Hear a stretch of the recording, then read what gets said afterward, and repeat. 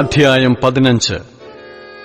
യഹോവ പിന്നെയും മോശയോട് അരുളിച്ചെയ്തത്, നീ ഇസ്രായേൽ മക്കളോട് പറയേണ്ടതെന്തെന്നാൽ, ഞാൻ നിങ്ങൾക്ക് തരുന്ന നിങ്ങളുടെ നിവാസദേശത്ത് നിങ്ങൾ ചെന്നിട്ട് ഒരു നേർച്ച നിവർത്തിപ്പാനോ സ്വമേധാദാനമായിട്ടോ നിങ്ങളുടെ ഉത്സവങ്ങളിലോ യഹോവയ്ക്ക് ആടിനെയാകട്ടെ ഹോമയാഗമായിട്ടെങ്കിലും ഹനനയാഗമായിട്ടെങ്കിലും യഹോവയ്ക്ക് സൗരഭ്യവാസനയാകുമാറ് ഒരു ദഹനയാഗം അർപ്പിക്കുമ്പോൾ യഹോവയ്ക്ക് വഴിപാട് കഴിക്കുന്നവൻ 1/4 ഹീൻ എണ്ണ ചേർത്ത ഒരിടങ്ങഴി മാവ് ഭോജനയാഗമായി കൊണ്ടുവരേണം.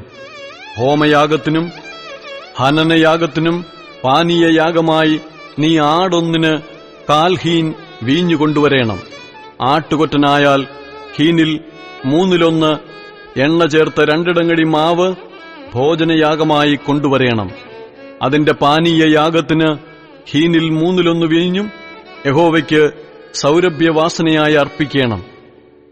നേർച്ച നിവർത്തിപ്പാനോ യഹോവയ്ക്ക് സമാധാനയാഗം കഴിപ്പാനോ ഹോമയാഗത്തിനാകട്ടെ ഹനനയാഗത്തിനാകട്ടെ ഒരു കാളക്കിടാവിനെ കൊണ്ടുവരുമ്പോൾ കിടാവിനോടുകൂടെ 1/2 ഹീൻ എണ്ണ ചേർത്ത 3 ഇടങ്ങഴി മാവ് ഭോജനയാഗമായിട്ട് അർപ്പിക്കണം. അതിന്റെ പാനീയയാഗമായി 1/2 ഹീൻ വീഞ്ഞ് യഹോവയ്ക്ക് സൗരഭ്യവാസനയായ ദഹനയാഗമായി അർപ്പിക്കണം. കാളക്കിടാവ്, ആട്ടുകൊറ്റൻ, കുഞ്ഞാട്, കോലാട്ടിൻകുട്ടി എന്നിവയിൽ ഓരോന്നിനും ഇങ്ങനെ തന്നെ വേണം. നിങ്ങൾ അർപ്പിക്കുന്ന യാഗമൃഗങ്ങളുടെ എണ്ണത്തിനും ഒത്തവണ്ണം ഓരോന്നിനും ഇങ്ങനെ തന്നെ വേണം.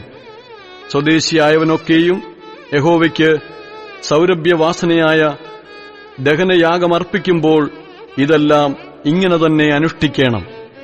നിങ്ങളോടുകൂടെ പാർക്കുന്ന പരദേശിയോ നിങ്ങളുടെ ഇടയിൽ സ്ഥിരവാസം ചെയ്യുന്ന ഒരുത്തനോ യഹോവയ്ക്ക് സൗരഭ്യവാസനയായ ദഹനയാഗം കഴിക്കുന്നുവെങ്കിൽ നിങ്ങൾ അനുഷ്ഠിക്കും വണ്ണം തന്നെ അവനും അനുഷ്ഠിക്കണം. നിങ്ങൾക്കാകട്ടെ വന്നു പാർക്കുന്ന പരദേശിക്കാകട്ടെ സർവ്വസഭയ്ക്കും തലമുറയായി എന്നേക്കും ഒരു ചട്ടം തന്നെ ആയിരിക്കണം. യഹോവയുടെ സന്നിധിയിൽ പരദേശി നിങ്ങളെപ്പോലെ തന്നെ ഇരിക്കണം. നിങ്ങൾക്കും വന്നു പാർക്കുന്ന പരദേശിക്കും പ്രമാണവും നിയമവും ഒന്നുതന്നെ ആയിരിക്കണം. യഹോവ പിന്നെയും മോശയോട് അരുളിച്ചെയ്തത്, ഇസ്രായേൽ മക്കളോട് പറയേണ്ടതെന്തെന്നാൽ, ഞാൻ നിങ്ങളെ കൊണ്ടുപോകുന്ന ദേശത്ത് നിങ്ങൾ എത്തിയ ശേഷം ദേശത്തിലെ ആഹാരം ഭക്ഷിക്കുമ്പോൾ നിങ്ങൾ യഹോവയ്ക്ക് ഉദർച്ചാർപ്പണം കഴിക്കണം. ആദ്യത്തെ തരിമാവുകൊണ്ടുള്ള ഒരു വട ഉദർച്ചാർപ്പണമായി കഴിക്കണം.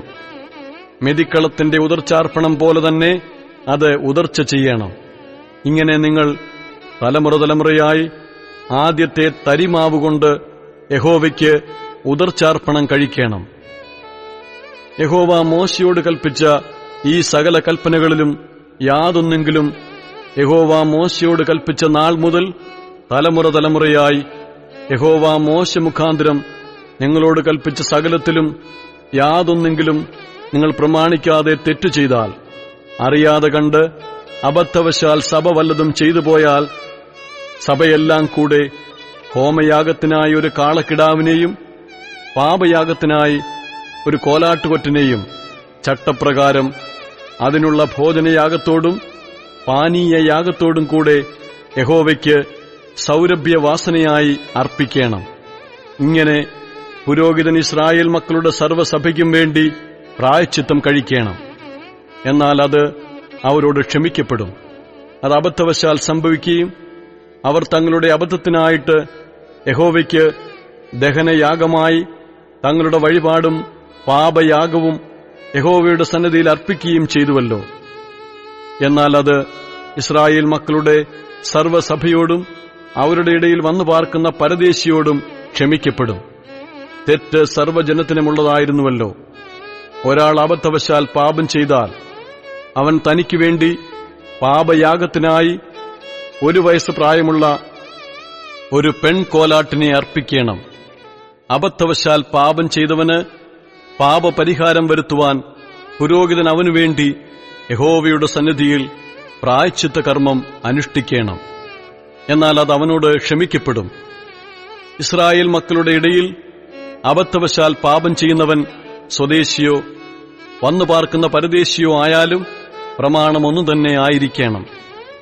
എന്നാൽ സ്വദേശികളിലോ പരദേശികളിലോ ആരെങ്കിലും കരുതിക്കൂട്ടിക്കൊണ്ട് ചെയ്താൽ അവൻ യഹോവയെ ദുഷിക്കുന്നു. അവനെ അവന്റെ ജനത്തിൽ നിന്ന് ഛേദിച്ചു കളയണം. അവൻ യഹോവയുടെ വചനം ധിക്കരിച്ച് അവന്റെ കൽപ്പന ലംഘിച്ചു. അവനെ നിർമൂലമാക്കിക്കളയണം. അവന്റെ അകൃത്യം അവന്റെ മേലിരിക്കും. ഇസ്രായേൽ മക്കൾ മരുഭൂമിയിലിരിക്കുമ്പോൾ ശബത്തുനാളിൽ ഒരുത്തൻ വിറക് പെറുക്കുന്നത് കണ്ടു. അവൻ വിറക് പെറുക്കുന്നത് കണ്ടവർ അവനെ മോശയുടെയും അഹ്റോന്റെയും സർവ്വസഭയുടെയും അടുക്കൽ കൊണ്ടുവന്നു. അവനോട് ചെയ്യേണ്ടത് ഇന്നതെന്ന് വിധിച്ചിട്ടില്ലായകൊണ്ട് അവർ അവനെ തടവിൽ വച്ചു. പിന്നെ യഹോവ മോശയോട്, ആ മനുഷ്യൻ മരണശിക്ഷ അനുഭവിക്കണം. സർവ്വസഭയും പാളയത്തിന് പുറത്തുവച്ച് അവനെ കല്ലെറിയണം എന്ന് കൽപ്പിച്ചു. യഹോവ മോശയോട് കൽപ്പിച്ചതുപോലെ തന്നെ സർവ്വസഭയും അവനെ പാളയത്തിന് പുറത്തു കൊണ്ടുപോയി കല്ലെറിഞ്ഞു കൊന്നു. യഹോവ പിന്നെയും മോശയോട് അരുളിച്ചെയ്തത്, നീ ഇസ്രായേൽ മക്കളോട് പറയേണ്ടതെന്തെന്നാൽ, അവർ തലമുറ തലമുറയായി വസ്ത്രത്തിന്റെ കോൺതലയ്ക്ക് പൊടിപ്പുണ്ടാക്കുകയും കോൺതലയ്ക്കലെ പൊടിപ്പിൽ നീലച്ചരട് കെട്ടുകയും വേണം. നിങ്ങൾ യഹോവയുടെ സകല കൽപ്പനകളും ഓർത്ത് അനുസരിക്കേണ്ടതിനും നിങ്ങളുടെ സ്വന്തം ഹൃദയത്തിനും സ്വന്തം കണ്ണിനും തോന്നിയവണ്ണം പരസംഗമായി നടക്കാതിരിക്കേണ്ടതിനും ആ പൊടിപ്പ് ജ്ഞാപകമായിരിക്കണം. നിങ്ങൾ എന്റെ സകല കൽപ്പനകളും ഓർത്ത് അനുസരിച്ച് നിങ്ങളുടെ ദൈവത്തിന് വിശുദ്ധരായിരിക്കേണ്ടതിന് തന്നെ. നിങ്ങളുടെ ദൈവമായിരിക്കേണ്ടതിന് നിങ്ങളെ മിസ്രയീം ദേശത്തുനിന്ന് കൊണ്ടുവന്ന ഞാൻ നിങ്ങളുടെ ദൈവമായ യഹോവയാകുന്നു. ഞാൻ നിങ്ങളുടെ ദൈവമായ യഹോവ തന്നെ.